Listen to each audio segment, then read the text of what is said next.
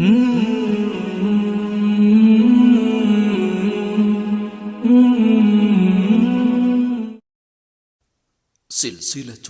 لآلئ مجموعة من الأحاديث النبوية الشريفة، والتي اشتملت على عبارة من قال: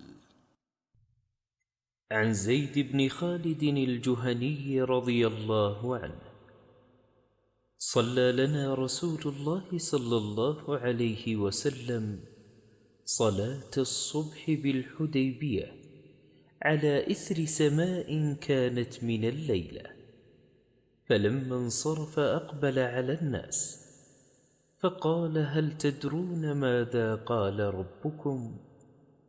قالوا: الله ورسوله أعلم.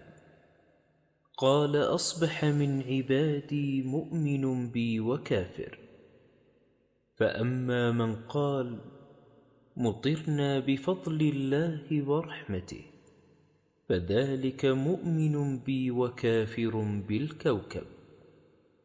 وأما من قال بنوء كذا وكذا، فذلك كافر بي ومؤمن بالكوكب. متفق عليه.